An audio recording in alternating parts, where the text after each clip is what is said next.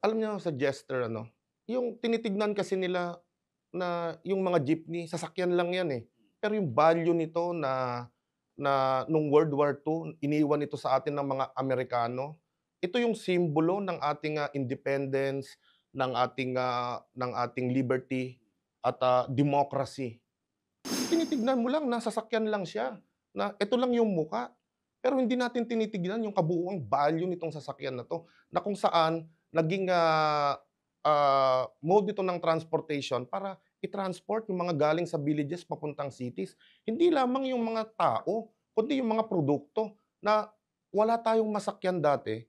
Dito utang natin lahat dito dito sa jeepney na 'to.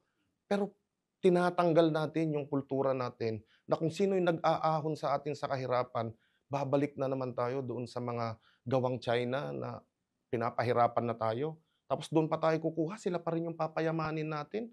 Tayo mamamatay, sila mabubuhay, 'di ba?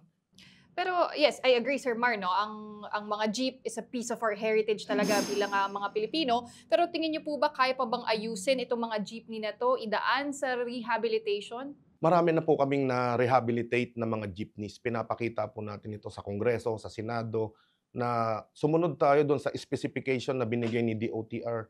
Ginastusan natin ito, napanatili natin yung ating kultura at higit sa lahat matibay siya, safe siya, ginagamit natin sa loob ng 70 years na at higit sa lahat hindi natin kinakailangang magtaas ng pamasahe na nakakaapekto do'n sa inflation.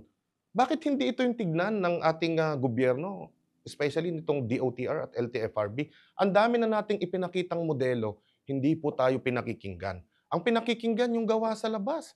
Bakit yung CARS program na may 9 billion pesos tayo, bakit hindi dun sa mga lokal na manggagawa ng jeepney yung laki ng pera na inilaan dito sa programa na 'to, magkakaroon na tayo ng sariling industriya na magke-create pa ng mas maraming trabaho. Pero anong ginagawa natin? Umaangkat tayo. Ang tanong, kumikita ba sila diyan, 'di ba, ng pailalim, na nagpapahirap do'n sa programa na hindi kami makasunod. Kasi hindi naman tayo pinanganak kahapon lang para hindi natin maramdaman na yung modernisasyon ang kaakibat ay korapsyon. 'Yun ang tinitignan natin, maraming ways na puwede tayong mag-modernize. Alam niyo kung sinubukan natin itong inilalatag natin sa kanilang solusyon at yung solusyon nila at tagpo natin sa gitna, baka nakausad na yung modernization, eh. Hindi po ba? Na okey din pala yung, solusyon na inilalatag ng manibela. Itong solusyon natin, yung solusyon ng gobyerno, bankrupt yung, kooperatiba.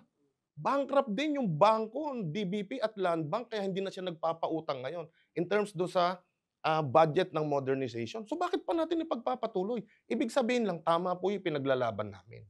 At ang, bayan po ang nakikinabang dito. Kung pinabayaan po namin na magpatuloy yung programa, isipin mo po, tumataginting na 765 billion pesos ang kailangang gugulin ng gobyerno para ma-modernize lahat itong mga unit na 'to.